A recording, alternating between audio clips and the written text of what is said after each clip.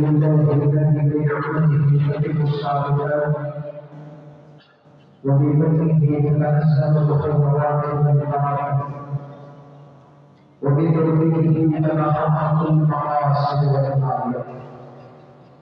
أشهد أن لا إله إلا الله وحده لا شريك له وأشهد أن محمدا عبده ورسوله لا نبي بعده.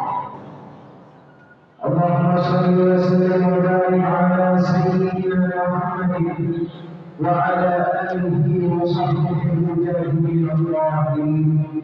أما بعد، فيا أيها الأخوة أوصيكم وإياي بتقوى الله وطاعته لعلكم تفلحون.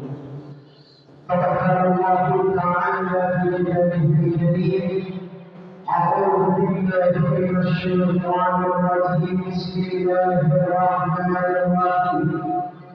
يا أيها الذين آمنوا اتقوا الله حق تقاته ولا تموتن إلا وأنتم مسلمون وتزودوا فإن خير الزاد.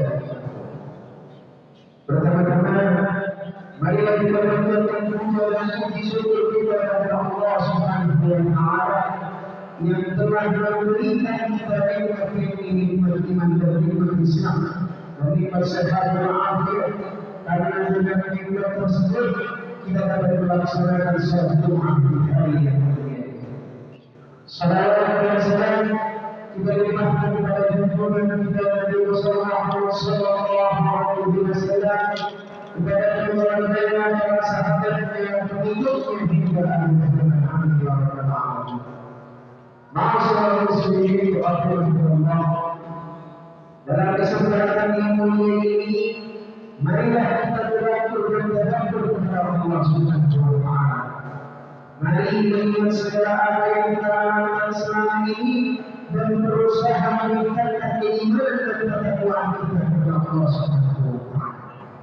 Dalam hati kita berusaha melaksanakan segala usaha yang diperintahkan Allah dan menjauhi segala yang dilarang. Semoga kita semua dijadikan oleh Allah Subhanahu wa Ta'ala sebagai hamba Allah yang muttaqin dan husnul khatimah. Ma'asyiral muslimin rahimahullah, rezeki berasal dari bahasa Arab, yaitu rizq yang artinya ma yanfa'u bihi, yakni sesuatu yang digunakan dan diambil manfaat. Sedangkan dalam kitab Syarah Al-Aqaid menjelaskan bahwa rezeki adalah nama bagi sesuatu yang diberikan oleh Allah Subhanahu wa Ta'ala kepada makhluk, baik itu manusia selain manusia yang kecil dan binatang dan lain sebagainya, lalu ia gunakan dan manfaatkannya baik halal maupun haram. Itu yang disebut dengan rezeki. Dari pengertian tersebut dapat kita pahami bahwa rezeki adalah sesuatu yang telah digunakan dan diambil manfaatnya. Di antaranya seperti makanan yang telah dimakan, minuman yang telah diminum, pakaian yang telah dikenakan, rumah yang telah ditempati, kendaraan yang telah digunakan dan lain sebagainya. Adapun seseorang yang telah memberi makan atau memasak makanan, namun karena hal tertentu lalu tidak ia makan, maka itu bukanlah rezeki yang sesungguhnya. Begitu juga seseorang yang telah membangun rumah, lalu karena sebab tertentu tidak ia tempati, maka rumah itu bukanlah rezeki baginya. Benar apa yang dikatakan oleh syair Arab, yajma'ul mala ghairu adil wa ya'kul mala ghairu manjama, yang artinya terkadang harta ditimbun oleh selain pemakan dan terkadang harta dimakan oleh yang bukan ditimbun. Rezeki tidak terbatas pada harta yang halal. Harta yang halal pun merupakan rezeki. Semuanya akan dihisab di pengadilan Allah Subhanahu wa Ta'ala hari kiamat dan hari akhir. Yang halal akan ditanyakan dari mana diperoleh, sedangkan yang haram akan dibalas dengan siksa Allah Subhanahu wa Ta'ala. Diriwayatkan dari Imam Ali bin Abi Thalib radhiyallahu anhu, beliau berkata, "Ad-dunya halaluha hisabun wal haramuha iqabun." Yang artinya dunia itu yang halalnya akan dihisab dan yang haramnya akan disiksa. Ma'asyiral muslimin rahimakumullah, Allah menjamin rezeki kepada setiap hamba Allah Subhanahu wa Ta'ala, sebagaimana yang telah difirmankan oleh Allah Subhanahu wa Ta'ala di dalam Al-Qur'an, "Wa man yattaqillaha yaj'al lahu makhrajan wa yarzuqhu min haythu la yahtasib wa man yatawakkal 'ala Allahi fa huwa hasbuh inna Allaha balighu amrihi qad ja'ala Allahu li kulli shay'in qadara." Yang artinya barang siapa yang bertawakal kepada Allah Subhanahu wa Ta'ala, niscaya dia akan membuka jalan keluar dan memberinya rezeki dari arah yang tidak bisa. Dan barang siapa yang bertawakal kepada Allah, niscaya Allah akan mencukupkan keperluannya. Sesungguhnya Allah melaksanakan urusannya yang telah dikehendakinya. Sesungguhnya Allah telah mengadakan ketentuan bagi tiap-tiap sesuatu. Imam Syafi'i mengatakan, yang artinya dikarenakan aku mengetahui bahwa rizkiku tidak akan dimakan orang lain, maka tenanglah hati. Ma'asyiral muslimin rahimakumullah, rizki kita tidak akan tertukar dengan rezeki orang lain. Rezeki kita juga tidak akan diambil oleh orang lain. Rezeki seseorang sudah ada jatah dan takarannya dari Allah Subhanahu wa Ta'ala. Sekuat apapun usaha seseorang, jika bukan rezekinya, maka tidak akan ia raih. Sebaliknya, selemah apapun upaya seseorang, jika telah ditentukan rezekinya oleh Allah Subhanahu wa Ta'ala, pastilah akan ia beroleh.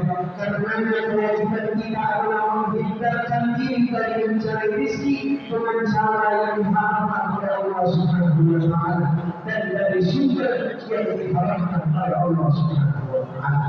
Maka tugas seorang muslim berusaha menguatkan diri dengan keimanan. Imam Syafi'i pun berkata, "Idza kunta qalbun mutma'in wa anta amalun wa ma'in salat."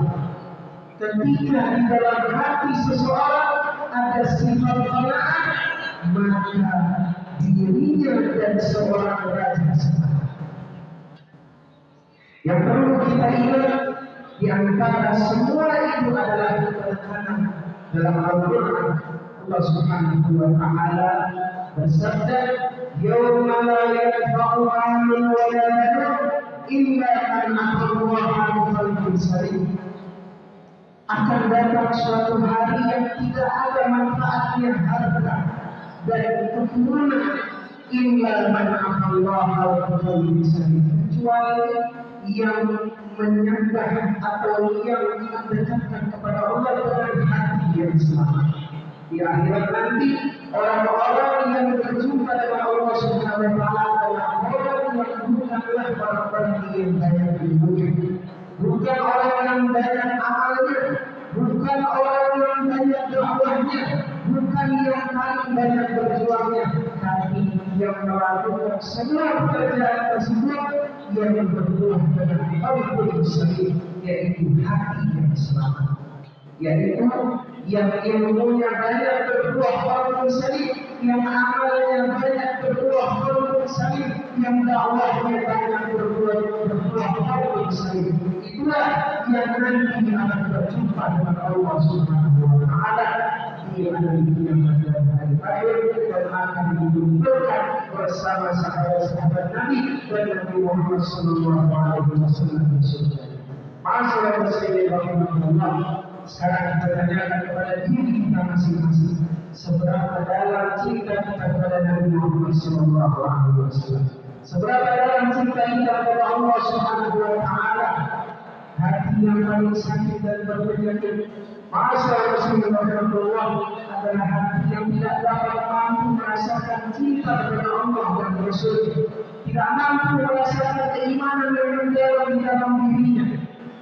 Rasul telah meninggalkan kita, kaum muslimin, nama-namanya selalu disebut seakan-akan beliau baru meninggal. Seorang yang tidak akan pernah hilang di dalam sejarah umat manusia, yang telah menorehkan tinta emas eksistensi kehidupan di jagat raya ini. Allah Subhanahu wa taala berfirman, "Laqad ja'akum rasulun min anfusikum azizun 'alaihi ma 'anittum harisun 'alaikum bil mu'minina ra'ufur rahim." Sungguh telah datang kepadamu seorang rasul dari kaummu sendiri, berat berdasarkan penderitaan olehnya yang kamu alami, sangat menginginkan keimanan dan keselamatan bagimu. Anak belas kasih kepada penyayang terhadap orang-orang yang beriman. Beliau meninggalkan dua perkara yang harus selalu kita pegang sampai hari kiamat. Rasulullah SAW bersabda, "Tarafikum amani iman tamassakum bihi ala tadillu ala kitabullah wa sunnati Rasulillah sallallahu alaihi wasallam." Ketika kepada kalian dua perkara yang apabila kalian berpegang teguh kepada keduanya, maka tidak akan pernah tersesat selamanya. Yang pertama Al-Quran dan yang kedua Sunnah Nabi Muhammad sallallahu alaihi wasallam. Demikianlah khutbah ini, semoga bermanfaat untuk kami khusus dan untuk kita semua umumnya. Semoga kita tertolong umat Nabi Muhammad sallallahu alaihi wasallam yang berusaha mempelajari sunnahnya, lalu mengikutinya dan mengamalkannya dan mengimplementasikannya dalam seluruh aspek kehidupan. Amin amin ya rabbal alamin. Ja'alana Allah wa iyyakum minal mu'minin wal mu'minin wa ja'alana wa iyyakum fi zumrati ibadihil mu'minin. A'udzu billahi minasy syaithanir rajim. Bismillahir rahmanir rahim. يا أيها الذين آمنوا اتقوا الله وكونوا شهيدا.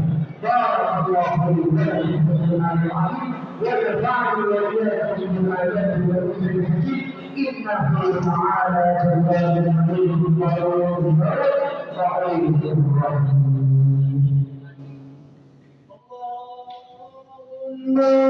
اللهم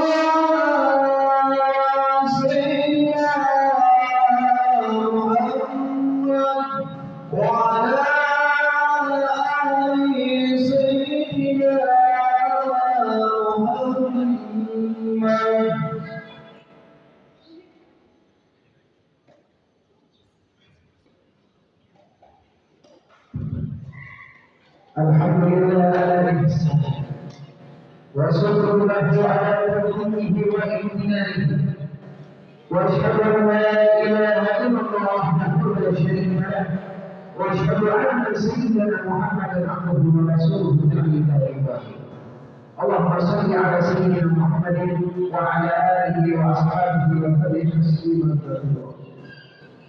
اما بعد، فيا ايها الناس اتقوا الله بما امر واتقوا عما نهى واعلموا ان الله امركم بامر بدا فيه بنفسه وجعل بملائكته بنفسه.